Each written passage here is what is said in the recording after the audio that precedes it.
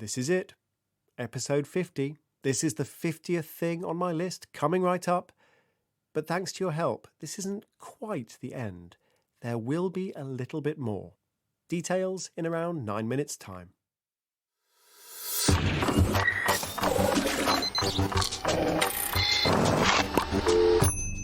"50 Things That Made the Modern Economy" with Tim Harford.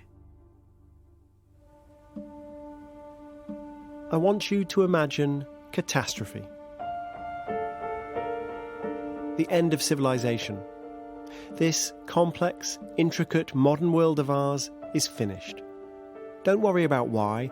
Maybe it was swine flu or nuclear war, killer robots or the zombie apocalypse. And now imagine that you, lucky you, are one of the few survivors. You have no phone.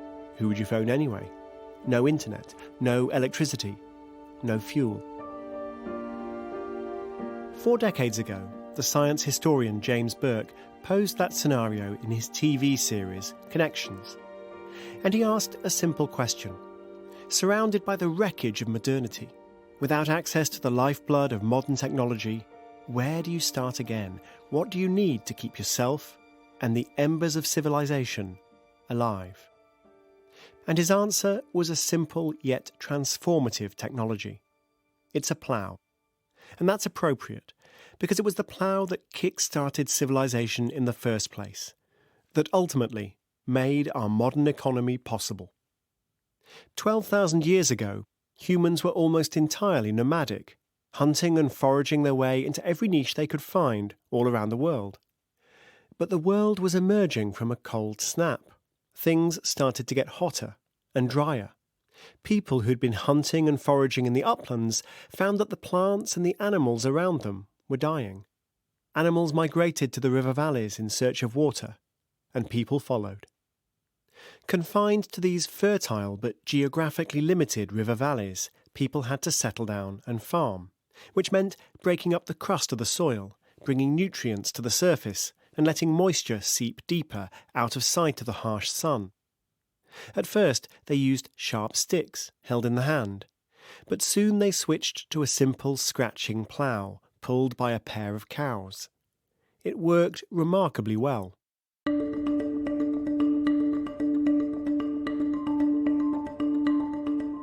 When farming was well established, 2,000 years ago in Imperial Rome, 900 years ago in Song Dynasty China, these farmers were 5 or 6 times more productive than the foragers they had replaced. Think about that.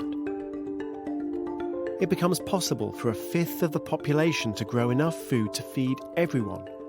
What do the other 4/5 do? Well, they're freed up to specialise in other things. Baking bread, firing bricks, felling trees, building houses, mining ore, smelting metals, constructing roads, making cities, building civilization. But there's a paradox. More plentiful supplies of food mean more competition for control of the surplus. That competition creates rulers and ruled, masters and servants, and inequality of wealth unheard of in hunter-gatherer societies. Early farming societies could be astonishingly unequal. The Roman Empire, for example, seems to have been close to the biological limits of inequality. If the rich had had any more of the empire's resources, most people would simply have starved. But the plough did more than create the underpinning of civilization with all its benefits and inequities. Different types of plough led to different types of civilization. The first simple scratch ploughs, used in the Middle East, worked very well for thousands of years and spread to the Mediterranean, where they were ideal tools for cultivating the dry, gravelly soils. But then a very different tool, the mouldboard plough, was developed, first in China more than 2,000 years ago, and much later in Europe. The mouldboard plough cuts a long, thick ribbon of soil and turns it upside down. In a dry soil, that's a counterproductive exercise. It squanders precious moisture.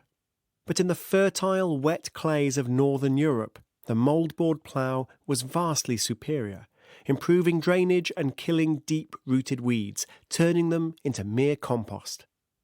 The dry soil scratch plough needed only 2 animals to pull it, and it worked best with a crisscross pattern in simple square fields. All this had made farming an individualistic practice. A farmer could live alone with his plough, oxen and land. But the wet clay mouldboard plough required a team of 8 oxen, or better, horses. And who had that sort of wealth? It was most efficient in long, thin strips, often a step or 2 away from someone else's long, thin strips. As a result, farming was more of a community practice. People had to share the plough and draft animals, and resolve disagreements. They gathered together in villages. The mouldboard plough helped usher in the manorial system in Northern Europe. The plough reshaped family life. It was heavy equipment, so ploughing was seen as men's work. But wheat and rice needed more preparation than nuts and berries, so women increasingly found themselves at home preparing food. There's a study of Syrian skeletons from 9,000 years ago which finds evidence that women were developing arthritis in their knees and feet, apparently from kneeling, twisting and grinding grain. And since women no longer had to carry toddlers around while foraging, they had more frequent pregnancies. And agrarian societies may even have changed sexual politics. Think about it. If you have land, that's something you can hand down to your children. And if you're a man, that means you might become increasingly concerned about whether they really are your children. After all, your wife is spending all her time at home. Is she really doing nothing but grind grain?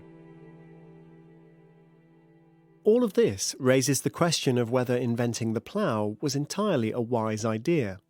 Not that it didn't work, it worked brilliantly. But along with all the benefits of civilization, it seems to have enabled the rise of misogyny and tyranny. Archaeological evidence also suggests that the early farmers had far worse health than their immediate hunter-gatherer forebears. With their diets of rice and grain, they were starved of vitamins and stunted. As societies switched to agriculture, the average height for both men and women shrank by around 15 centimetres. And there's ample evidence of parasites, disease and childhood malnutrition. Jared Diamond, author of Guns, Germs and Steel, called the adoption of agriculture the worst mistake in the history of the human race.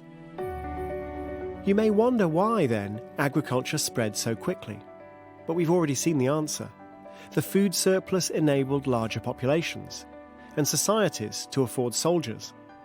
And armies, even of stunted soldiers, will have been sufficiently powerful to drive the remaining hunter-gatherer tribes off all but the most marginal land. Even there, the few remaining modern nomadic tribes still have a relatively healthy diet, with a rich variety of nuts, berries and animals. One Kalahari bushman was asked why his tribe hadn't copied their neighbours and picked up the plough. He replied, "Why should we, when there are so many mongongo nuts in the world?" So here you are, one of the few survivors of the end of civilization. Will you reinvent the plough and start the whole thing all over again? Or should we be content with our mongongo nuts? The idea that the plough lies at the basis of all civilization was unforgettably explored by James Burke in his book and TV series, Connections. For a full list of our sources, please see bbcworldservice.com/50things. And that's it. That was number 50 of my 50 things that made the modern economy. So I should say 2 things. First, thank you. Thank you for listening. I hope you've enjoyed hearing my stories as much as I've enjoyed telling them. And please, if you have, leave a rating and a comment. It really does help other people to find the podcast. Second, as you hopefully know by now, there will be one more episode of the show. Many of you came up with suggestions for a 51st thing that made the modern economy. Even more of you voted for your favourite from my shortlist of 6. So I will announce the winner, the 51st thing that made the modern economy, and I'll tell you all about it in a special extra episode next week.